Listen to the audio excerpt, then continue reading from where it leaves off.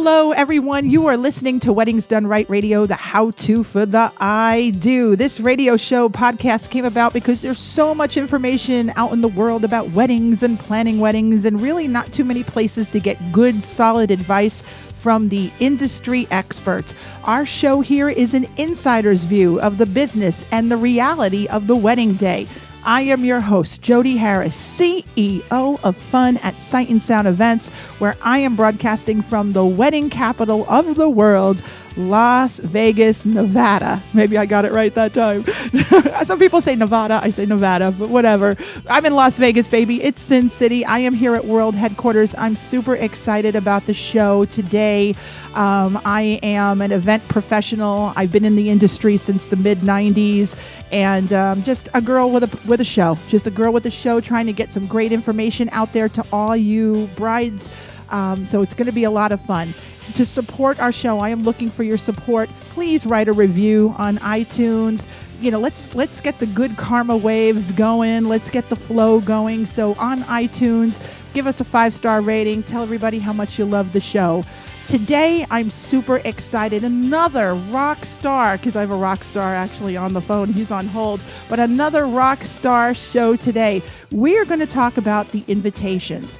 And receiving the perfect invitation in the mail should make you ready for the wedding to arrive. Brides and grooms, you should put a lot of thought into the look and feel of the invitation, because invitations are one of the most essential parts. It's the first touch.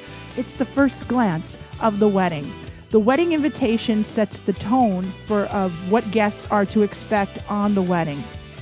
In this day and age of digital and social media, a lot of newlyweds are cutting costs because they're thinking that, websites are going to do it all. It's going to replace the invitation. Well, guess what?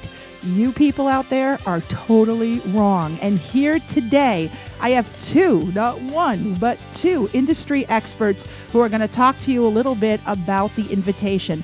First of all, sitting in World Headquarters right next to me is the one, the only Paula Gold of Visionary Pen here in Las Vegas. Hello, everyone. And on the phone, all the way from New Jersey, I'm telling you, he's the rock star too, Lorenzo Araneo from Screaming Lunatic Design and Consulting. Say hi to Lorenzo, everybody. Hello. I hope it doesn't hold it against me that you said from New Jersey. Oh, I know. Hey, we love New Jersey. We have a big audience in New Jersey. So there you go. Lorenzo and Paula are both wedding and lifestyle designers. They both do a lot of, invitation, but they also brand. I mean, the invitation now is, all about branding. So before I get started with questions for the two of them, Lorenzo, if I could start off with you, give us a little information about your, professional background. Okay. I started in corporate, working director of marketing for CompUSA, the trading division, and I also worked in restaurants at the same time. 6 years ago, I walked into my boss's office, and he said, "What are you going to do with your career?" And after 7 or 8 years there at CompUSA, I walked out and quit and taught myself how to design. Great. Awesome. And there I am. Wow. And I got to tell you, we're going to give your websites out. As a matter of fact, Lorenzo, because maybe somebody's listening and on the computer at the same time, give us the website so they can see some of your work as we're actually having the shows going on. What's your website? Sure. It's screaminglunatic.com. I did not create it for weddings, but apparently that name gets some laughs from the mother-in-laws when they hear the name Screaming Lunatic. I love it. And Paula, give me a little information about yourself. Well, I started in the wedding industry about 30 years ago as a calligrapher, and from there kind of evolved into invitation design, and from invitation design, I actually started printing my own invitations. I use antique letterpresses as well as performing digital printing, but the majority of my work is in letterpress, and that's been the focus of my work for the last 3 years. Awesome. And your website, because there are people that probably listen and go on their computer at the same time, your website is? Visionarypen.com, Visionary. Awesome. Because this is a very, very visual show. So maybe people could be listening to the podcast and have another window open on their computer so they can see. So it's so important. So the first question right off the bat, I kind of touched on it in the beginning of my open. Paula, kind of started off the invitation. I mean, is it still popular in 2013? Well, I think it's even more important now than it was. And I'm not discounting the value of websites at all. I encourage my brides and grooms to create a website that supports the invitation and allows them to update information and keep people on top of things. But that invitation is going to set the tone for the entire event. And at this time, when you're really trying to create a spectacular event, that invitation is really going to be the end-all be-all of everything at the beginning. I actually had my own sister told me she received 2 invitations, and this was about a year and a half ago, for weddings on the same day. And my sister is not a paper person at all. Kind of bored with what I do for a living, to be quite honest. But she got the 2 invitations, and I said, so which one are you going to go to? And she said, the one with the better invitation, of course, because it's going to be the better party. Wow. And that's really what it boils down to. You're telling people what they have to expect. Wow. And Lorenzo, same feeling, the same thing? I mean, have you seen Sure. Same thing, right? Yeah. I think a bad invitation doesn't hurt, but I think a great invitation helps. Mm-hmm. And what I mean is we all get, average type of invitations, and that's because the bride and groom has to sometimes decide where to put their budget and whatnot, and I understand that. But when you get that invitation that stands out, if nothing else, sometimes a few extra dollar bills, at least in Jersey, in the envelope, it helps. Right. And Lorenzo, what makes a great wedding invitation? I think paper stock.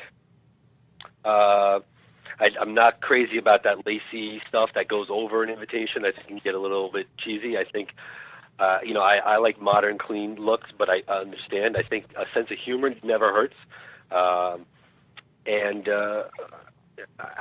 I don't know that there's anything per se that really gets at me that makes it great or bad, but I like, paper stock obviously is a big thing to me, and I like clean looks. So whether it's vibrant colors, modern colors, or it could be black on white or white on black, if typography is done well and paper is done well, then I think right there you're starting off running in a good position. And theme, Paula, would theme make a great invitation? Like somebody's doing a Vegas theme, or recently I had a girl who came into the office who's doing like a Diamonds Are Forever theme. Well, and it really depends on what you're going for. Some brides are all about their theme, and other brides are looking for something clean and simple, like what Lorenzo was talking about, or maybe they're going for a very rustic feel or a very vintage feel, which is a theme in itself. But really, that invitation gives you an opportunity to communicate to someone. Is this going to be a theme wedding? Is this going to be a modern nightclub kind of feel? What can I expect that night? Mm-hmm. And what about so it's the couple. Are you both saying that the couple's taste and style definitely should touch I've seen like Lorenzo stuff because I see a lot of his stuff online, and specifically Lorenzo, when I've looked at your stuff on the internet, it does really capture the taste and style of the client. I hope so, and I hate to say it, and I treat it like a business in a sense because I want to know, from the monogram on what they want, and I appreciate you saying the couple, even though it's 95% the bride. But sometimes that groom gets in there with a little bit of conversation. But when a bride either knows what they don't want or at least has an idea what they do want, that's the best type of client. Just it's sort of like, as I mentioned to you earlier, I used to DJ for weddings. I could play any song, no matter what the song is. Chicken dance, it's the timing. So even if a bride has a choice or a theme that I just, it's not something I would ever do, a professional can make it work no matter what. So whether it's the song at a wedding or the theme, the color, whatever it is.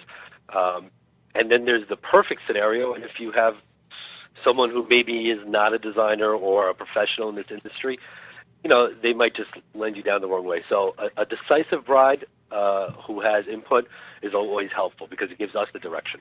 Got it. Yeah, what I encourage my brides to do, I've been using Pinterest, a tremendous service for my brides right now. What I encourage them to do is start pinning like crazy. And what I do with that, because they may not pin one single invitation, but it gives me a real glimpse into what they are attracted to, what stimulates them, and what really gets their juices flowing. And from that, I'm able to really get a better feel for who they are and what they look for, because a lot of brides come in and they don't have the ability to communicate to you.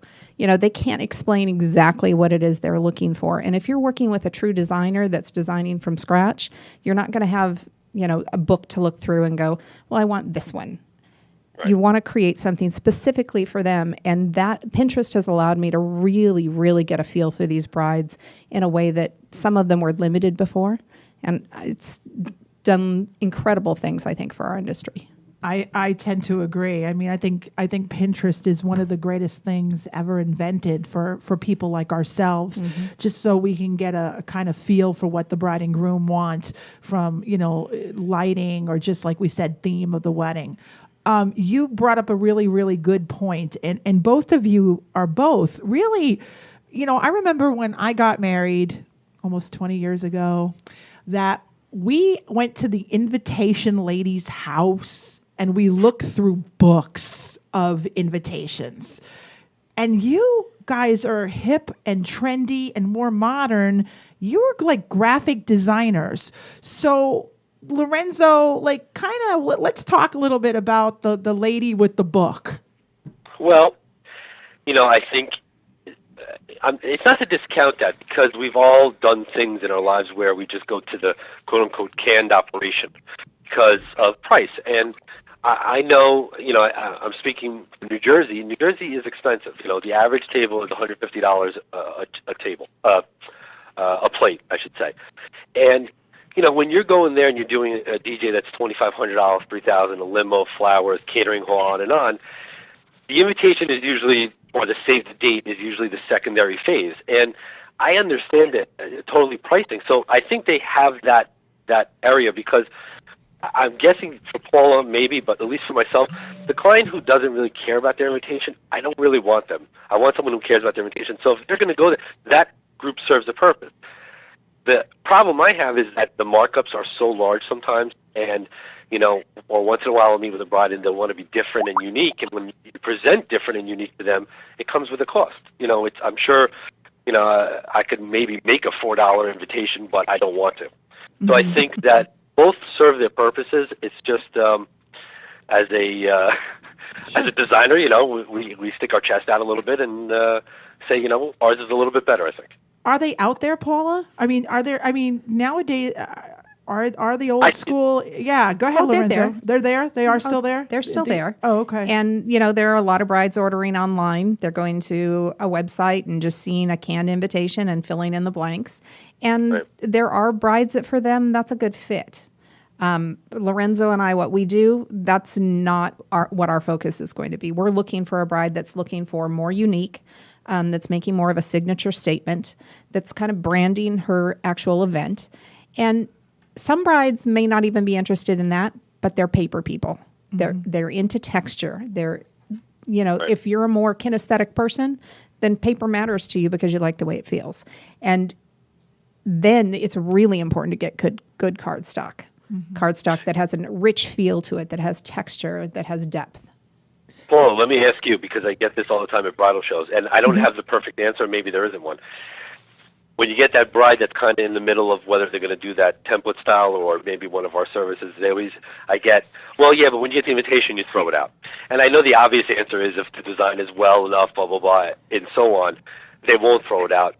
But, you know, I've kept a few invitations over the time, even before I started designing, because they were a little bit different, and maybe I always enjoyed them. But that's my one mountain to climb. And at some point, I just realized I said, well, if they're going to question that, then they probably don't appreciate it themselves. So right, it's not where their focus is.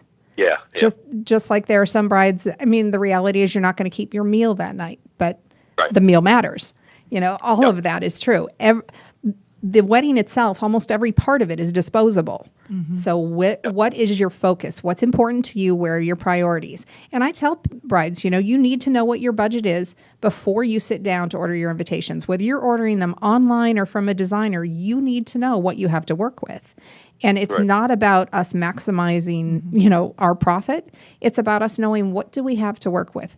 I don't want to present an invitation to someone that is way out of their budget. They fall in love with it, and then they're never going to be happy with something that's in their budget. On the other hand, if they're looking for something a little more and I'm not aware of that, and I've designed something at a lower scale to make sure that, it stays in what I think is their budget, but they're looking for something a little more over the top, I didn't know that going into it, and I could have put more into the actual design. How do they find out what their budget is? I mean, how do you know what the cost of a wedding invitation is? What do you recommend for them? Who wants to answer, Paula or Lorenzo? How are they going to figure this out? Do they go to magazines? What do you recommend? Well, your budget can be really, really low if you're looking for something online or if you're going to try to do it yourself. I don't recommend the do-it-yourself route without really checking out how much it's going to cost you, because I've seen too many brides that have spent twice as much as they would have ordering professional invitations by trying to do it themselves. But really, it's all about, you need to know what your overall budget for your wedding is. Because I have no idea what wedding invitations go for. I mean, I would have no idea. What do I go on? Lorenzo, would I go online and, Google it? Oh, wedding invitations cost. I mean, we know how brides search for DJs, but what do you recommend? Well, because I do the bridal shows, I speak to probably about, conservatively, probably about 75 to 100 brides a week. Now, that's at all. At the bridal shows in Jersey, but they got engaged literally 5 minutes ago. So I try to get them encouraged with save the date, because they're thinking these other things. And it seems like the average budget, it's also difficult because you look at someone and you can't help but, when you're a certain part of the state or you're here, you think they can afford less or more, and people shock every time. So, I think that the bride who doesn't care, when I say doesn't care, is just get me an invitation out. I think they want to spend about $600. The bride who is interested and wants to have something custom is going to start at about $1,000 to $1,200, $1,300, and then there's the higher end bride that is going to go $1,800, $1,000 and up. But the websites can be very vague, because I've gone through these websites to see what it is, and it says this invitation set starts at $5 an invite. Okay, great, and then wait a second, RSVP, and then return address, and then this and this, and the average price ends up at about $800. Wow! So for the money, you can make a wise investment and find somebody who's a graphic designer who's touched some weddings, and go that route. Well, I mean, and keep in mind, for Paula, I'm not sure if she does solely letterpress, but letterpress is a higher usually bracket, but in pricing, so I don't want everybody think that letterpress now is $500. But on some of my stuff, because I'm doing like a thicker stock, I could do a one piece with. I do these RSVP business cards in an envelope, and I can keep them at $1,000. But there's those brides that are at $400, and I'm sure throughout the country at different pricing. I wonder how it works, because if you go to one of these websites, wherever they're based, they're pricing it as if they're in New York or California at the higher price. Yeah, and it does depend on what part of the country you're in. Yeah. The budget differs. I mean, I'm in a city where literally letterpress is fairly new to this city. We're a big city, so you would think that we were on target with the trends. But as far as invitations go, we are behind the times. So because of that, my pricing is much lower than most other letterpress companies, just because I'm trying to get the product out there and get it more visible. But by no means is letterpress ever going to be your cheapest option. So let me ask you guys this, because I'm really lost. Mm-hmm. What is letterpress? For those of us who are listening who have no idea what you got, letterpress. What is letterpress? Letterpress is actually the form of printing that was used up until the mid-1950s. Every book, every newspaper, every piece of printed material was printed by letterpress. Then digital printing came, and it was all the rage, and it was less expensive. And letterpress machines were either pushed aside or sold for scrap metal, because they're big, heavy, clunking machines. 2 of the 3 machines I own weigh over 1,200 pounds apiece, and they're solid cast iron. So back when metal was worth a little bit and the machines were in the way, people were sending them out for scrap metal. So why letterpress?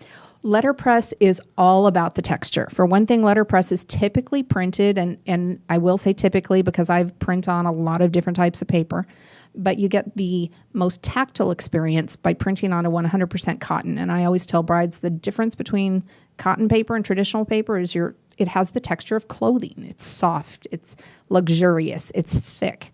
And the impression actually goes deep into the paper. So when you run your hand over the surface of the paper, instead of it being flat like a book, you can actually feel it. It digs down into the paper. And it's really just an incredibly rich, luxurious, tactile experience. It's done by literally the two plates are slamming together at 300 pounds of pressure per square inch, breaking the surface of the paper. And that's why you get this really deeply embedded texture and ink. It's gorgeous, but it's not for everyone. Some brides look at it and it doesn't mean a single thing to them. Other brides get it in their hand and think, this is the only thing I want. Well, why would they say it wouldn't be for them? I mean, what would be the reason why they'd be turned off by it? Is it too old? Is that the way? No, usually it's about budget. They're brides that they want to send out an invitation that costs them $300 start to finish, which, they're going to go to some craft store and pick up a couple of blank ones and run them through their laser printer and send them out and be done with it.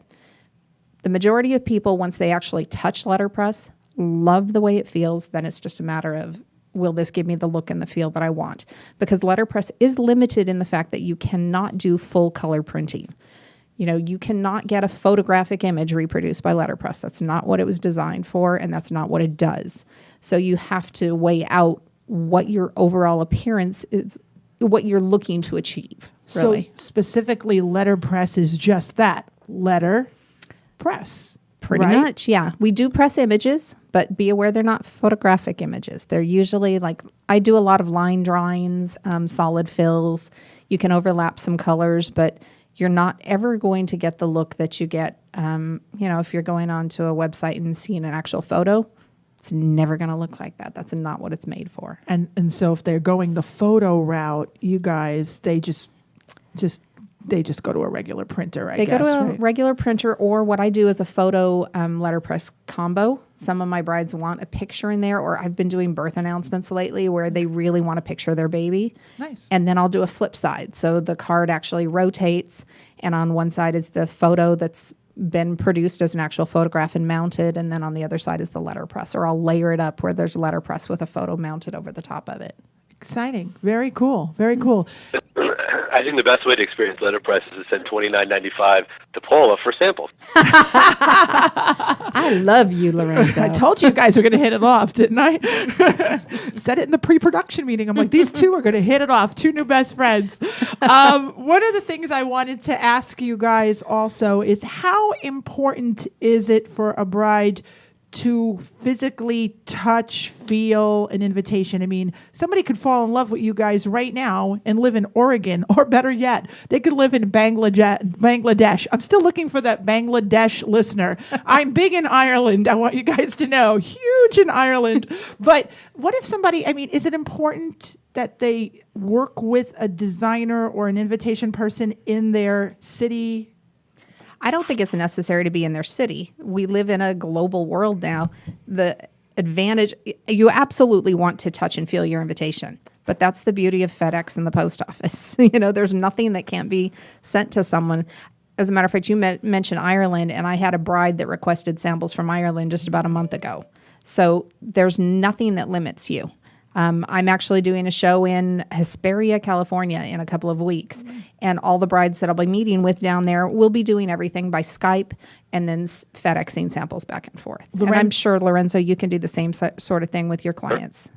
I got sideswept. I thought that Jody had said touch and feel the invitation designer. That too. Which I fully support by the bride. Well, the answer is this. I find that the brides are 22 to 28 years old. They're on Skype. They're on video chat. There's all that stuff. I understand sometimes you have to appeal to the moms or the dads who are paying and stuff.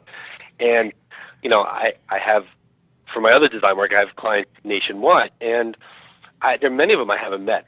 I can definitely see why you would want to see the person in person, if possible. But I don't think it's a necessity. And like I said, my target client between 22 and 28 lives their life on iChat and video and Skype and all that stuff. So as long as it's more so important for me to get them the samples and to have, I think it's still important this day, the two basics, a business card and a phone number. I don't know. I would never do business with anybody who doesn't have either. Mm-hmm. Yeah. You know, and when I say business card, I mean like, you know, not at yahoo.com email. I mean like, you know, at your website, you're providing professional service at a professional rate. You should present yourself professionally, especially for us in the design and print world. I agree, because I would think that your business card is almost your calling card for what you can do. It's a signature They statement. can come up with everything in the world, QR codes on down. You still need some form of a business card. I don't care how mobile we're getting, people still want a business card because, you know, it's just a tangible part of running a business. I couldn't agree with you more. And when you're in the designer, you know, field, if that's what that's what you guys do, it should be kind of unique and creative, and you know, like kind of like your brand, like Screaming Lunatic. You know, I love the logo that you designed for your company and the colors that you picked, and you know, it just works really well for you. Appreciate it. Thank you. It does stand out. Yeah. Oh, absolutely. My next question for both of you guys is, what useful details? I mean, what are people putting on their invitations? I mean, obviously it's the who, what, when, where, how, why, right? Well, I'm printing a lot of website cards, and that's in addition to all the information that's going in the invitation. I encourage people to create a website, because a lot of these girls, just as Lorenzo said, they're between 21 and 28. They're doing everything digitally. So even some of them are going to want to have the ability to RSVP online. Some of them want to update their information as things change and as events are going on. So I'm printing a lot of cards that are either business size cards or like 3.5 by 5 that give the information about their website specifically. And that's something that's really just started in the last few years. But are they forgetting to also print an invitation? Oh, no. Is this before? It's inserted into the invitation. It's something that comes with the invitation so that they can give more detailed information. If some of the brides that I do it for the most part, are brides that are ecologically concerned. They don't want 6 pieces of paper inside their invitation. So instead of having a separate card that lists room accommodations and transportation and childcare and all the other information that you can possibly put in, they put in one card that explains all the information is available on their website. That's why they'll usually opt for a small business size card. I do encourage a 3.5 by 5 just because it's a little bit larger and not going to get lost in the envelope or misplaced quite as easily. But that way, they have one place to go to, and they don't have so much information to have to deal with at one time. So the wedding invitation, and then instead of the RSVP card. Well, you can do it in place of the RSVP card, or you can do it in addition to. Because you do have to keep in mind that you've got grandma and grandpa and the aunts and uncles that aren't going to be so digitally concerned. My mom's 72. She can't figure out how to use an iPad. Trust me, folks, it's scary. So you do an RSVP card, your traditional RSVP card, and then you give the registration, the URL code for the website, and you can put a note below it that says you may also RSVP to this website.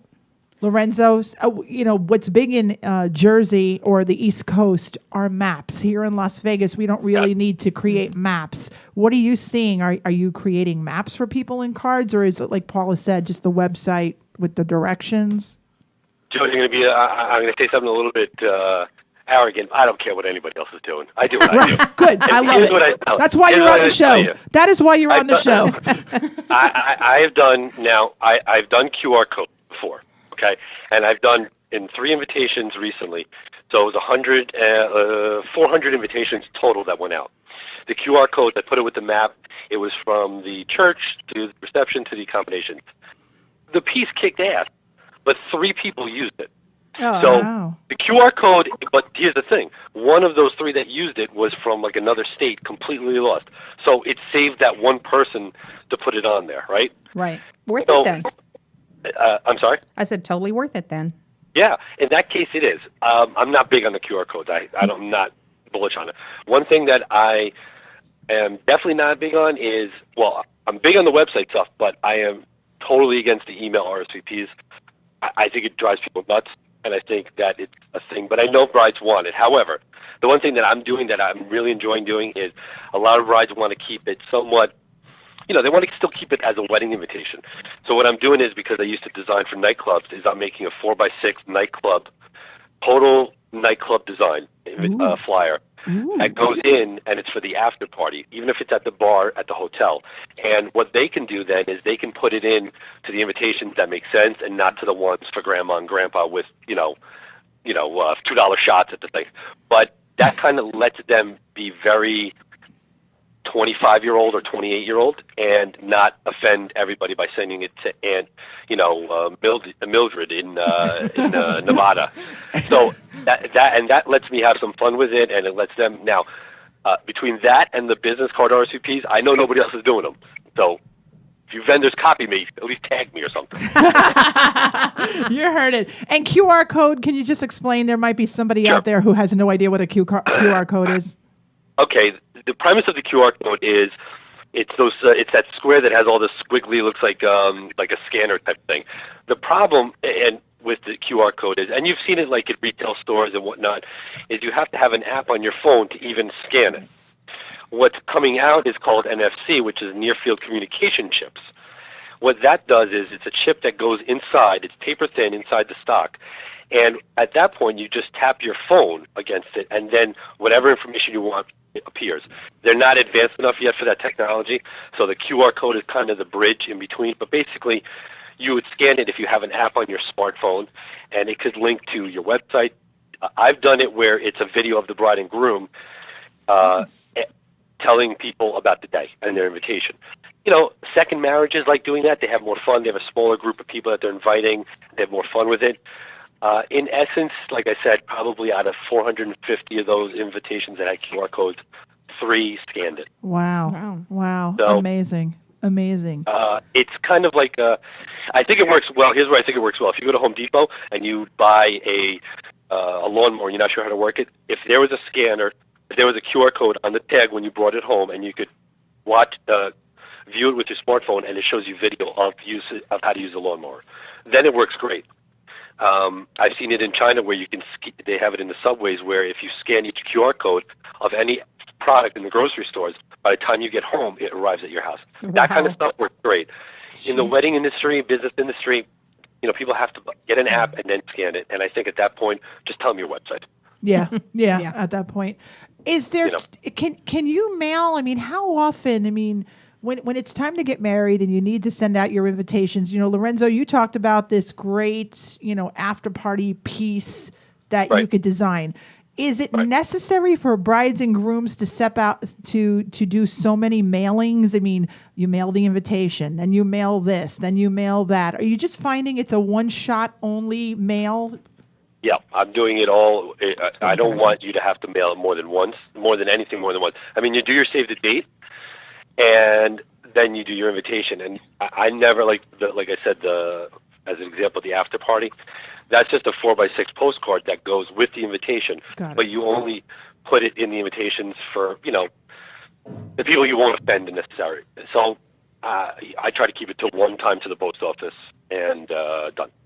And on average, Paula's shaking her head, so she agrees with you on that one. Oh, absolutely. One mailing, you don't want to be bombarding people with a ton of information. Plus, then they're apt to keep things separated, lose something.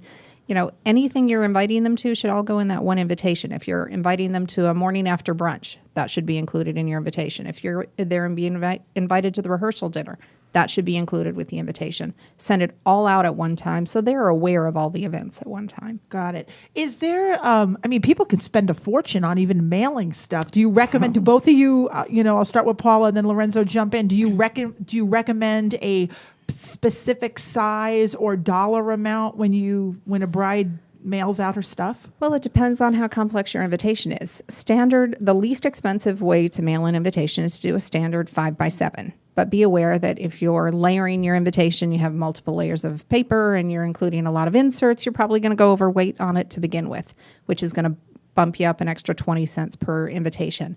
You also have to include the postage for your RSVP card. Yes. And I am encouraging people, ecologically as well as for mailing costs, to go with RSVP postcards rather than the standard envelope shaped ones. It takes so much more paper just to create that envelope that it is a lot of wasted paper. As well as you can save, I think it's 13 cents a piece right now if you're sending out postcards versus regular ones. The only drawback is that right now the only postcard stamps look like little Hawaiian print shirts, so they're kind of a little tacky depending on your invitation. But it's a way to cut corners, and a lot of people it's more concise for them. They'd rather have less pieces of paper rather than more in there. Plus, if you've eliminated that RSVP envelope, you've also cut down on the weight for your total mailing as well. You do have to keep in mind that if your invitation is stiff, if you've included anything bulky in there, if you've embellished it with anything, that's going to increase your postage as well because they all have to be hand canceled. I've done some save the dates that included video. They were actually DVDs. Oh. Back in the day, right? Does anybody use DVD anymore? No. Now, Tony, don't tell Mike Walter that because I just did his invitation. That was a DVD movie. Oh, that's right. That's right. I did see that. That's right. Okay. But a second wedding, it doesn't matter. They don't care. Yeah, that's true. It gets to be more fun. And when you're doing that, those kinds of things are going to increase your postage. And hand canceling costs an extra 20 cents per item. So basically, I tell most brides, you got to be aware that, you're probably going to spend anywhere from 50 cents to $1 per invitation. And then for more elaborate, I've had invitations that cost $3 a piece to mail. Wow. That's just the postage. Wow. And that's because they were mailed in boxes and, they were more elaborate. And Lorenzo, you guys are going to kill me. I don't think I've ever had a less than $1.75. That's not Wow. Good for you. I got to tell you the truth. I'm telling you. I'm trying to think, and I'm wondering. I'm because I do the inserts and whatnot, and it always ends up being, I think, $1.25 to $1.75 is about the average that I get. Yeah. Wow. Interesting. But I tell them right up front. I'm and then they start wanting to add inserts, and I'm like, okay, well, just times that. If you're spending out $100, add $200 in postage now. Just keep that in mind. Right. That's all part of your budget. Yeah, and that's great that you both are aware of that and let your clients know, because I think whoever you're working with on your invitations should let you know that, hey, if we go heavy with this, it's going to cost you more money to, get it delivered. Yeah, and if you're going with... Go ahead. Sorry. No, you go. You have, whenever... Any decent designer, when they're handing you those invitations, is going to already have weighted, and if they're not assembling them completely for you, be able to tell you exactly how much postage needs to go on that invitation. Yeah. And a lot of the wedding site, templates, they don't, like I said, they get you in with that, but then you start adding stuff, and then you order, and you're like, okay, $600, and then you just realize that extra pamphlet that you liked and you spent that extra $100 now is going to cost you an extra 30 cents, and next thing you know, you're at $225 to mail everything out. Which when you don't do any, when you just work online for something like this, you don't get that kind of feedback. Got it. And you mentioned Paula talked about the stamp, but Lorenzo, aren't there people using like some kind of software to create their own stamp? Have you seen that? Well, yeah, I've done it with stamps.com. I've done it where you can just, because I usually, any client of mine who does a wedding invitation, I create a custom monogram for them. And if, they use it for if you've ever seen their names on the, in lights from the DJ companies and stuff like that. So I'll just create the monogram and then they can use it, with stamps.com or something like that if they want to go about that to get a little bit more custom. I've also done the indicia, which is that, you go to the post office and they give you the stamp, but the look was very those envelopes with the blue and red around the border. I can't think of the name, the type of name. Like when you mail things overseas sometimes. Oh, so the postal kind of red and white. Airmail, like kind of thing. Yep. So it kind of had that look to it, so that worked. But yeah, postage is something to take into account, and you're also talking about postage return, which Paula has touched upon with doing the RSVPs with the envelopes. So, it adds up, but it certainly does. Yeah. Are you guys seeing that a lot of your clients are telling people on their invitations how to dress? Paula, I'll throw it to you because here in Nevada, it's very kind of casual. I know in Jersey, being a New York, New Jersey girl myself, we spend a lot of money on our outfits and what we're going to wear to weddings. So I really don't think Lorenzo is going to have too much of a problem. I got a lot to say on this, so I'll just shut up for it. I don't know. I think we should go to him on this one. No, go ahead, share. Go ahead, tell us. Okay, so based on the reality shows of New Jersey, especially Real Housewives of New Jersey and stuff like that, for northern and central Jersey, that is the case. I mean, it's considered suit and tie minimum, right? Unless it's on a boat down the shore. But when you start wandering out, we are called the Garden State for a reason. We are like 60% farmland if you leave northern and central Jersey. So because I DJ'd, I've done weddings out there, and I've seen guys that look like they just went to, like Marshalls and bought a shirt and a pair of pants, and it's still a wedding, but I see it outside of my vicinity, outside of my world, that is more normal, and I joke, I used to call them the pantyhose girls. There would be like 18-year-old girls wearing pantyhose in the summer. It blew me away. So the thing that I see on invitations is so majority is central and northern Jersey. So very, very rarely, unless it's black tie affair, usually more so than attire, I see no kids or kids now. I forget how they phrased it, but trying to eliminate the kid factor of, which is entitled to the bride and groom, of course, but. If you're going to a wedding, pretty much, as they say in the Parkway, exit 85 and up, you better show up in a suit and tie for the guys, and for the ladies, let the ladies out, as they say. I guess I don't know. But, are your clients specifically saying that on their invitation that it's black tie or no? Only if it is black tie. And when I say black tie, I guess I don't know how that equates to you guys, but for me it means basically. So unless it's black tie affair, they don't usually say anything about attire. It's kind of assumed. Okay. Yeah, and I've done 2 invitations this year that both said black tie, and it's so funny how many people have to look up online what does black tie mean. Black tie is tuxedos for the men, cocktail dresses for the women. It is a formal event. Las Vegas is not a formal place. And so you do need to specifically tell someone if it's going to be a black tie event. What I'm doing a lot, because I do a lot of Vegas customers that are getting married on the coast in California, Oregon. I've got one in 2 weeks that's in Oregon. And we had to specifically spell out this wedding is taking place on the beach. They didn't want anybody showing up in spike heels and, killing themselves. Right. So we needed to spell that out. And for beach weddings, that is something to be concerned about. I actually just did a wedding, just printed thank you notes for a couple that's getting married in 2 weeks. And they're getting married at a ranch in California. And they needed to spell it out because this is ranch property where they didn't want people getting stuck with high heels, in the middle of some field. So they spelled it out a little more concisely for them. And I'm also seeing a lot of what you're saying, Lorenzo, with the adult-only affairs. Yeah. Yeah. I noticed that. And, you don't have to put don't wear a white dress. Yeah. No, not to wear. So they better. I think it depends on. I don't know. I don't know. I've seen a lot of white dresses. I don't know about that one. I guess you guys, but where you guys are, it's hot. I can understand. I guess I can understand it. I don't know. I could see that happening more often. Probably I've been to a couple weddings just from DJing that have probably noticed a white dress, but it's like, I don't know how to talk about dresses, but in other words, it wasn't obviously anywhere near a bride's dress. Mm-hmm. But yeah, I find a white dress is usually taboo, usually. Yeah, it usually is. That definitely is. Unless you're having like a themed wedding where it's an all if you're doing a white party, and it doesn't have to be a wedding, but I'm talking about just any event because you guys do invitations for everything. It's a red party, it's a black and white party, it's a red and black party, whatever it is. And brides do. Brides theme events. I did a wedding not too long ago where a bride did do a red wedding, and everybody was requested to wear red. So obviously that was something that needed to be stressed, and that's something, girls, if you are planning on anything, you do need to let your guests know. These guys are right.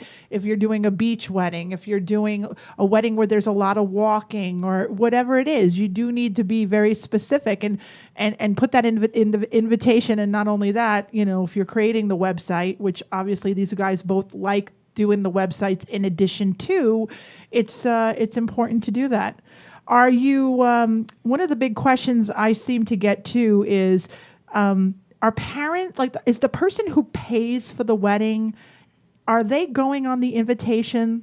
That's a whole... Well, you're from Jersey. It makes it for interesting conversation. That's my first question.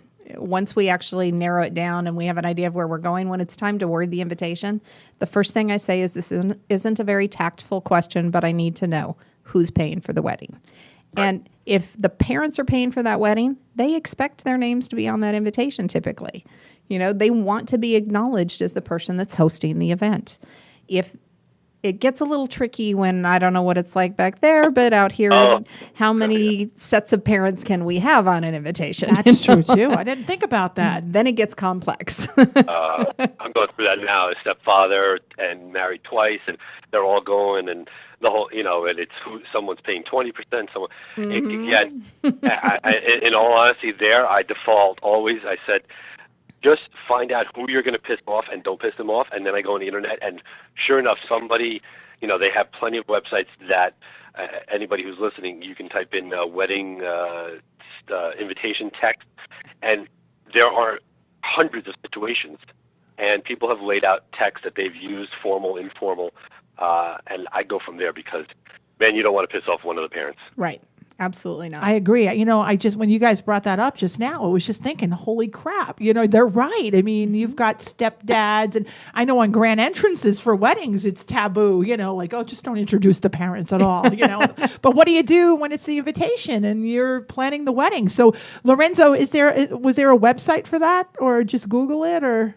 I just Googled it yesterday, and there are a lot of websites. I just typed in wedding invitation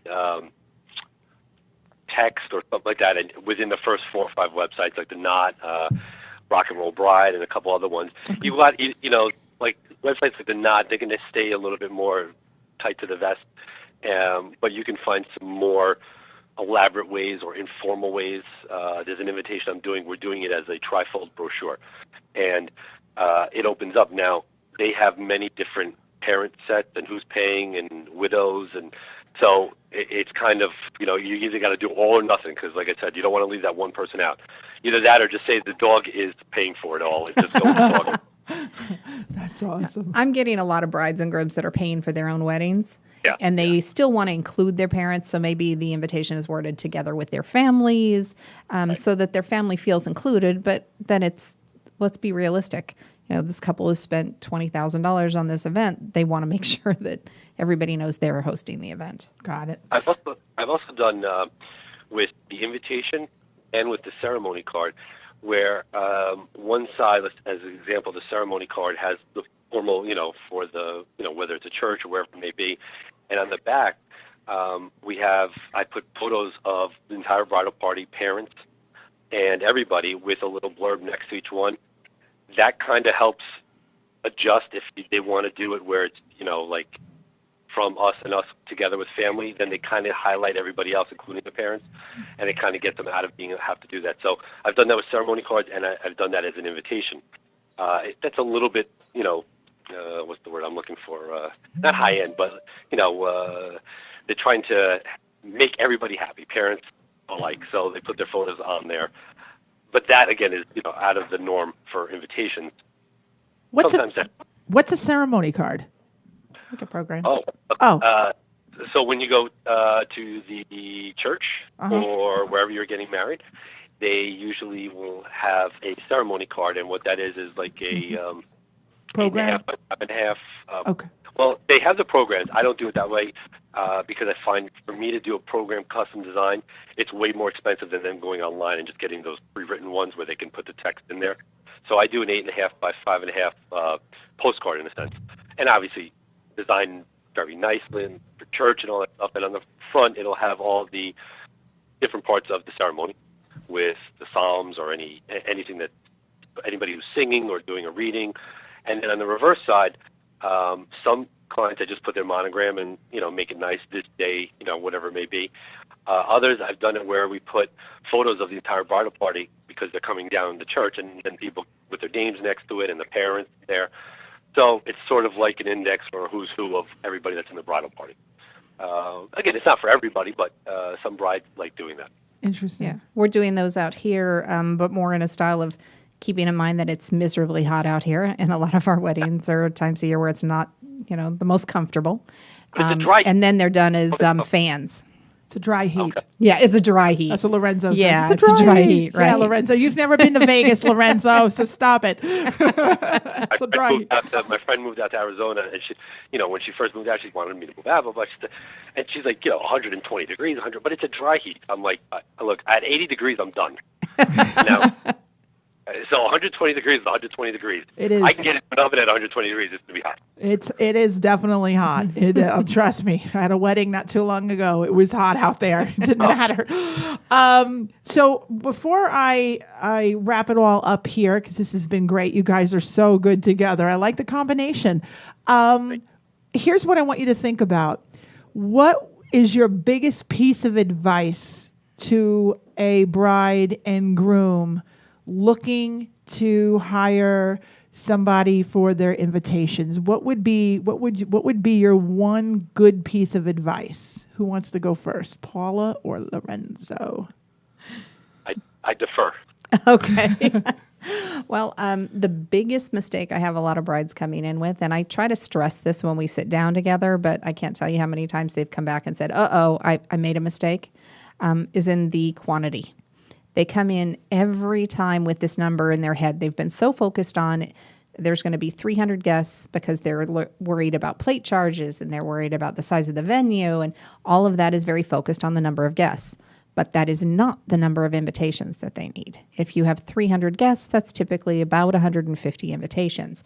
But I stress to people, before you place that order, you need to sit down, make your guest list, and count the number of physical invitations, because you do not want to waste money throwing away invitations that were not needed. Mm-hmm. And you certainly don't want to pay a reprint charge, because reprinting invitations is always almost as expensive as the original order. So don't waste money either direction. Mm-hmm. Be prepared with that count. Wow, good advice. And Lorenzo? Yes, what she said. That's exactly my answer. But let me just expand for a moment. So if you think that you need 150 invitations, the reason why for my stuff, the stuff that I don't do outside of letterpress, I usually can get up to 250 invitations regardless. Mm-hmm. Because of the digital printing, the quantities, I have a little bit more flexibility. But the last thing you want to do is have that B list of people that you need to invite because you had so many no's and you have to fill the tables. You don't want to show up and have to give them something that you bought at Staples when everybody else got nice invitations. And you don't want to have to reprint because that gets expensive, just like Paul had mentioned. So for me, if you tell me you need 150 invites, I always just go do 175.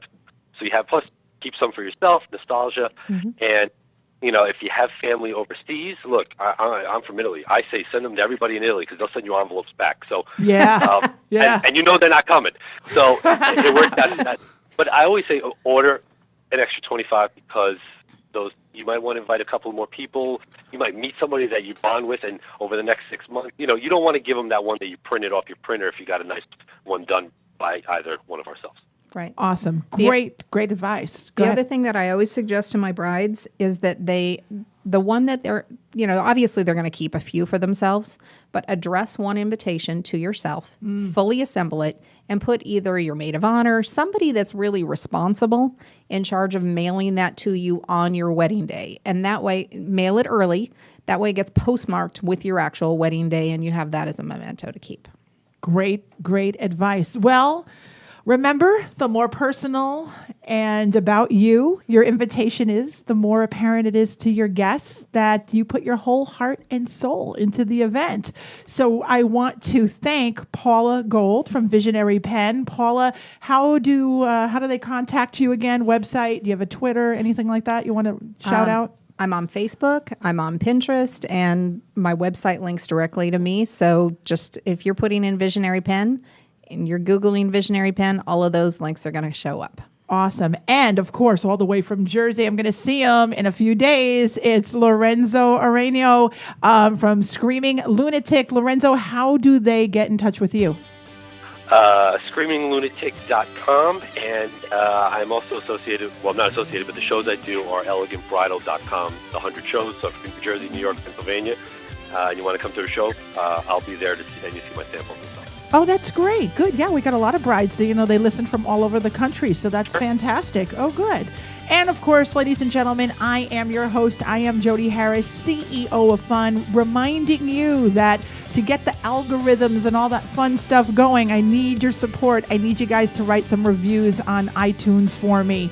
Very, very important. You can find me on Twitter, Jody Harris. And of course, my website is SightNSound.com. So I am Jody Harris, CEO of Fun. I will see you next time. Thank you, guys. Thank you, everybody. Make it fun-tastic. Thanks.